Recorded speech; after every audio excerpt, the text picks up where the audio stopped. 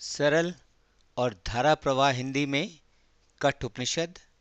प्रस्तुतकर्ता स्वयं प्रकाश शर्मा। उपनिषद का आरंभ हम प्रार्थना से करते हैं।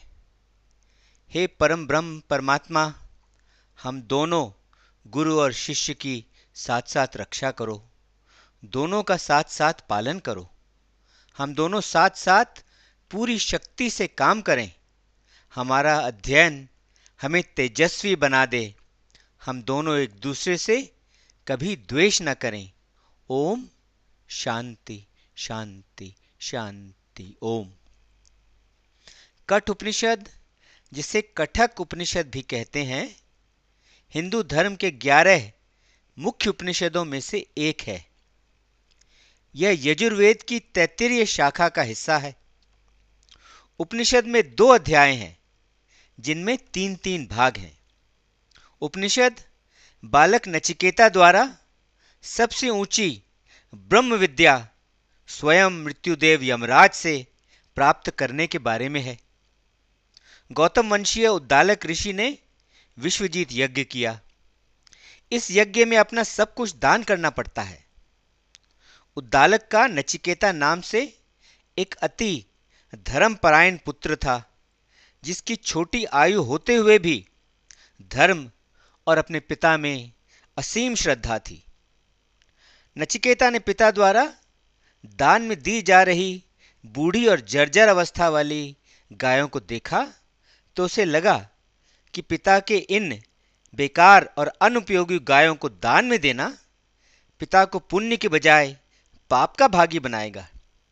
यह सोचते हुए बालक ने पिता से कहा, पिताजी, दान में तो प्रिय वस्तु दी जाती है, अतः आप मुझे किसे दान में दोगे? पिता ने अनसुना कर दिया, पर नचिकेता बार बार पूछता रहा। तंग आकर पिता ने कहा, मैं तुम्हें यमराज को देता हूं। बालक पिता के इस आदेश में भी हित देखते हुए और पिता की आज्ञा का सम्मान करते हुए यमराज के निवास पर पहुंच जाता है।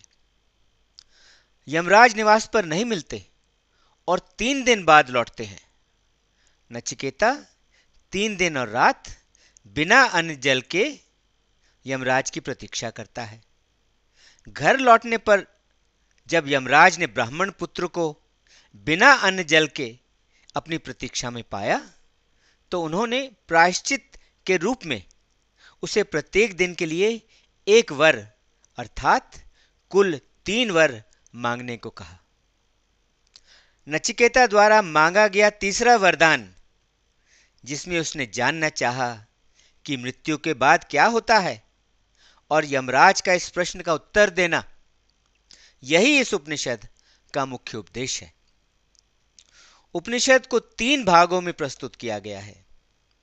पहले भाग में परिचय और पहले अध्याय का पहला भाग है। दूसरे भाग में पहले अध्याय के बाकी 2 भाग हैं और तीसरे और अंतिम भाग में दूसरे अध्याय के 3 भाग हैं। उपनिषद। बहुत समय पहले भारतवर्ष में गौतम वंश में उद्दालक नाम के ऋषि हुए, जिनका नचिकेता नाम का धर्मपरायण एक पुत्र था। स्वर्ग की इच्छा से और धर्म प्रसिद्धि पाने के लिए उन्होंने विश्वजीत यज्ञ किया। यज्ञ समाप्त होने पर यज्ञ के नियमों के अनुसार उन्होंने अपनी सारी संपत्ति दान कर दी। दान में दी जा रही गायें भी थी, जो जर्जर अवस्था में थी। नचिकेता ने जब इन गायों को दान में जाते हुए देखा तो उसके मन में श्रद्धा उमड़ पड़ी और वह परेशान हो गया। वह सोचने लगा, ये गायें जो मेरे पिता दान में दे रहे हैं, ना तो पानी पी सकती हैं, न चारा खा सकती हैं और ना दूध दे सकती हैं। ये तो निरर्थक और मरने वाली है। ऐसी बेकार और अनुपयोगी गायों को दान में देने वाला दाता पुण्य की अपेक्षा पाप का भागी होगा और उसे यश और स्वर्ग की जगह अपयश और नरक मिलेगा। पिता को सावधान करने के विचार से नचिकेता उनके पास गया और बोला, पिताजी, दान में तो प्रिय वस्तु दी जाती है। मैं आपका प्रिय हूं, मुझे आप किसे दान में दोगे? पिता ने नचिकेता की बात अनसुनी कर दी। नचिकेता ने वही बात दूसरी तीसरी बार कही तो पिता को क्रोध आ गया और उन्होंने क्रोध में कहा, जा, मैं तुम्हें मृत्यु को देता हूं। पिता के इस उत्तर से नचिकेता दंग रह गया। उसने मन में सोचा कि पिताजी के बहुत से शिष्यों में मैं पहली श्रेणी के आचरण वाला हूं, बहुतों में मैं मध्यम श्रेणी के आचरण पर चलता हूं, निम्न श्रेणी का आचरण मैंने कभी नहीं अपनाया। यमराज का ऐसा कौन सा कार्य हो सकता है जो पिताजी मुझे उन्हें देकर पूरा करना चाहते हैं? पिता के गुस्से को शांत करने के लिए और उन्हें सांत्वना देने के लिए नचिकेता उनसे कहता है, पिताजी, आपके पूर्वजों ने जैसा आचरण किया था उस पर आप विचार करें और वर्तमान में भी श्रेष्ठ लोग जैसा आचरण करते हैं उस पर भी नजर डालें। मृत्यु को प्राप्त होने वाला यह मनुष्य अनाज की तरह है। अनाज पैदा होता है, पकता है, बीज बनता है और फिर पैदा होता है। वैसे ही मनुष्य पैदा होता है, बूढ़ा और कमजोर होकर मर जाता है और फिर जन्म लेता है। पिता की आज्ञा का पालन करते हुए नचिकेता यमराज के निवास पर पहुंच जाता है। यमराज के घर पर ना होने के कारण वह 3 दिन और रात बिना खाए पिए यमराज की प्रतीक्षा करता है। यमराज के लौटने पर उनको बताया जाता है कि स्वयं अग्निदेव ब्राह्मण अतिथि के रूप में घरों में आते हैं। उनको जल और आसन देकर शांत किया जाता है। जिस व्यक्ति के घर में ब्राह्मण अतिथि बिना अन्न जल के भूखा प्यासा रहता है, वह मंद बुद्धि और पापी पुरुष उन सब सुखों से वंचित रह जाता है जिनकी वह आशा और प्रतीक्षा करता है। उसकी इच्छा पूर्ति के सभी सुख और उसका सब कुछ, उसके पुत्र, उसके पशु, उसकी संपत्ति और उसका धन दौलत सब नष्ट हो जाते हैं।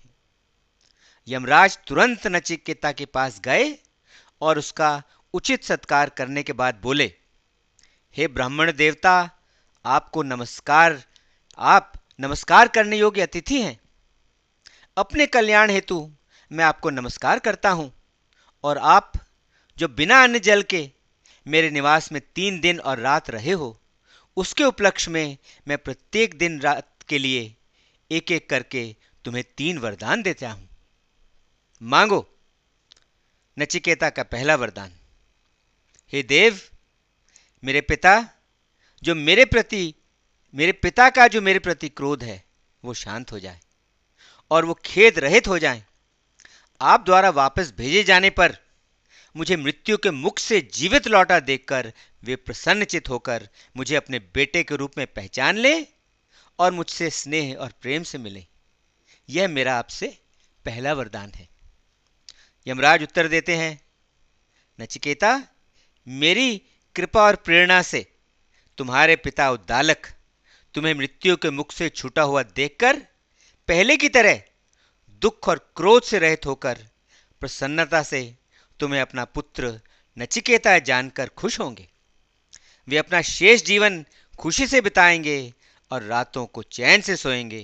यह मेरा तुम्हें पहला वरदान है। अब दूसरा वरदान मांगो। नचिकेता का दूसरा वरदान, हे देव, स्वर्गलोक में जरा भी भय नहीं है। वहां ना तो आप मृत्युदेव हैं और ना ही वहां मृत्यु का भय है। वहां बुढ़ापे का भी भय नहीं है। स्वर्गलोक में ना तो भूख प्यास है और ना ही शोक आदि है। लोग वहां इन सब से पार होकर आनंद भोगते हैं। आप इस स्वर्ग को प्राप्त कराने की साधन अग्नि को जानते हो। मुझ श्रद्धालु को यह अग्नि विद्या अच्छी तरह समझाकर बताओ। स्वर्ग लोक के निवासी अमरता को कैसे प्राप्त होते हैं, इस रहस्य को मुझे अच्छी तरह समझाओ।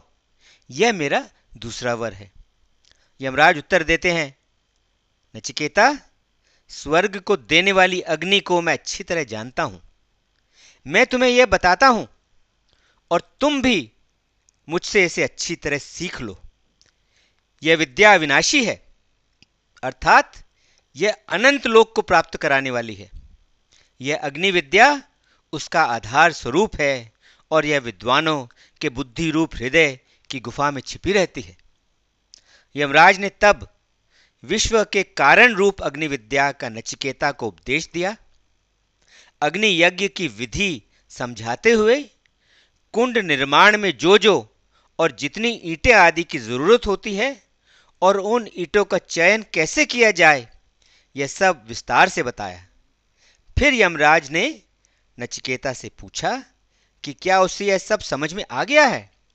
तो नचिकेता ने जैसे यमराज ने उसे समझाया था ठीक वैसे ही हूबहू यमराज को सुना दिया, जिसे सुनकर यमराज अति प्रसन्न हुए और बोले, हे नचिकेता, मैं तुम्हारी तेज बुद्धि और स्मरण शक्ति से बहुत खुश हूं और तुम्हें यहीं इसी वक्त एक और वरदान देता हूं कि अब से यह अग्नि विद्या तुम्हारे नाम से जानी जाएगी और उसी से प्रसिद्ध होगी। इसके साथ मैं तुम्हें यह अनेकों आकारों वाली रत्नों की माला भी देता हूं, जिसे तुम स्वीकार करो।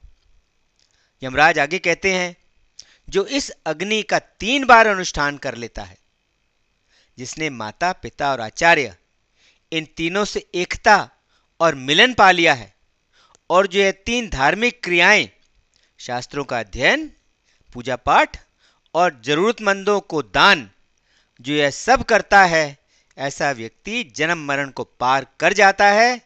वह ब्रह्म से उत्पन्न इस सृष्टि को जानने वाले पूजनीय अग्निदेव को भी अच्छी तरह से जान लेता है और उसका निष्काम भाव से चयन करके असीम शांति को प्राप्त कर लेता है, जो मुझे प्राप्त है। जो इन कर्तव्यों को, उनके सही और सच्चे स्वरूप को अच्छी तरह समझकर अग्नि यज्ञ का हवन कुंड तैयार करके नचिकेता यज्ञ 3 बार करता है और उस अग्नि पर ध्यान लगाकर तप करता है, ऐसा व्यक्ति मृत्यु के बंधनों को तोड़कर फेंक देता है। वह शोक को पार करता है और स्वर्ग लोक में पहुंचकर खुशियां मनाता है। हे नचिकेता,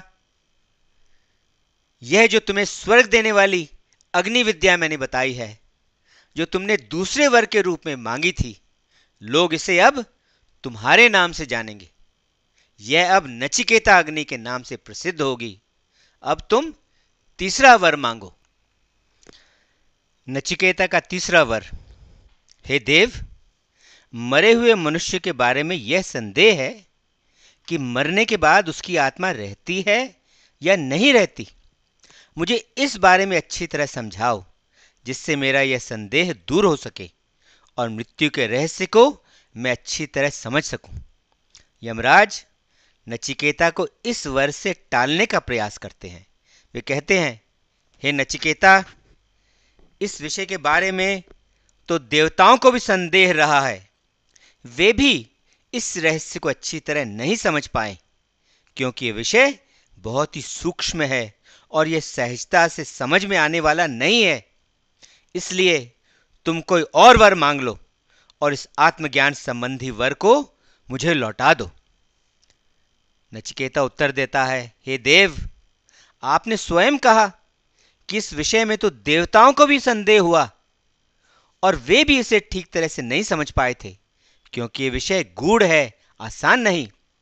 इसके अलावा मृत्यु के रहस्य के बारे में बताने के लिए आप यमराज, जो स्वयं मृत्यु के देव हैं, आपसे बढ़कर और आपसे बेहतर आचार्य मुझे कहां मिलेगा, जो मुझे मृत्यु के बारे में अच्छी तरह समझा सके। इसलिए मैं समझता हूं कि इसके बराबर और कोई भी दूसरा वर नहीं हो सकता। मुझे तो यही वर चाहिए। यमराज नचिकेता को इस वर से डिगाने के लिए उसे प्रलोभन देते हुए कहते हैं, नचिकेता, तुम सैकड़ों वर्षों की आयु वाले पुत्र और पौत्र मांग लो। जितने चाहे पशु, गाय, हाथी, घोड़े इत्यादि मांग लो। जितना चाहो सोना, जितनी चाहो भूमि मांग लो। अपने लिए जितनी लंबी उम्र चाहो मांग लो। हे नचिकेता, इस आत्मा संबंधी वरदान की जगह तुम धन दौलत, संपत्ति और अनंत काल तक रहने वाले जीने के साधनों को भोगना चाहते हो तो मांग लो। यदि तुम इस पृथ्वी के चक्रवर्ती सम्राट बनना चाहते हो तो तुम्हें मैं वो भी बना देता हूं। पर नचिकेता अपने निश्चय पर डटा रहा। यमराज उसे और प्रलोभन देते हैं। वे कहते हैं, नचिकेता, इस मनुष्यलोक में जो जो भोग दुर्लभ हैं और बड़ी मुश्किल से मिलते हैं, उन सब को तुम अपनी इच्छा अनुसार भोग लो। रथों और नाना प्रकार के वाद्य यंत्रों सहित स्वर्ग की अप्सराओं को मांग लो। जो स्त्रियां मनुष्यों को कभी नहीं मिल सकती, मैं तुम्हें दूंगा। मेरी दी गई इन सुंदर स्त्रियों से तुम अपनी सेवा कराओ। परंतु नचिकेता, मरने के बाद क्या होता है, इस विषय के बारे में मुझसे मत पूछो। नचिकेता अपने निश्चय पर दृढ़ रहता है और कहता है, हे देव, जिन भोगों का आपने वर्णन किया है वे सब और उनसे प्राप्त होने वाले सभी सुख, ये सब के सब तो अस्थाई और क्षणभंगुर ही हैं। ये सब मनुष्य के अंतःकरण और उसकी इंद्रियों के तेज और शक्ति को कमजोर और क्षीण कर देते हैं। इसके अलावा आयु चाहे कितनी भी लंबी क्यों ना हो, अल्प ही रहती है, छोटी ही रहती है। ये आपके रथ, ये आपके वाहन तथा ये आपकी अप्सराएं और उनके लुभाने वाले नृत्य गान, इन सब को आप अपने पास ही रखो। मुझे ये सब नहीं चाहिए। हे देव, धन दौलत से तो मनुष्य कभी तृप्त नहीं हो सकता, और जब हमने आपके दर्शन पा लिए हैं तो धन दौलत तो हमें मिल ही जाएगी। लेकिन जब तक आप शासन में हैं और जब तक मृत्यु का साया हमारे सर पर है, तब धन दौलत का आनंद हम कैसे ले सकते हैं? इसलिए मुझे ये सब नहीं चाहिए। मुझे तो केवल आत्म ज्ञान ही चाहिए। मनुष्य तो बूढ़ा होने वाला और मरण धर्मा है। इस रहस्य को अच्छी तरह से जानने वाला, मनुष्य लोक में रहने वाला कौन सा ऐसा व्यक्ति होगा जो आप जैसे मृत्यु रहित और अमर महात्मा का संग पाकर भी थोड़े समय तक रहने वाले सौंदर्य, क्रीड़ा और आमोद प्रमोद का आनंद लेते हुए और उनके बारे में सोचते हुए अधिक आयु तक जीवित रहने से प्रेम करेगा? कौन इनमें लिप्त रहना चाहेगा? हे देव, जिस महान, आश्चर्यमय, परलोक संबंधी आत्मज्ञान के विषय में लोग यह संदेह करते हैं कि मनुष्य के मरने के बाद उसकी आत्मा रहती है या नहीं रहती, इसके बारे में मुझे बताओ। जो यह अति गंभीर वर है, इसे ही मैं मांगता हूं, और इसके अलावा मुझे कोई और दूसरा वर नहीं चाहिए। पहला भाग समाप्त। ओम शांति शांति शांति। ओम।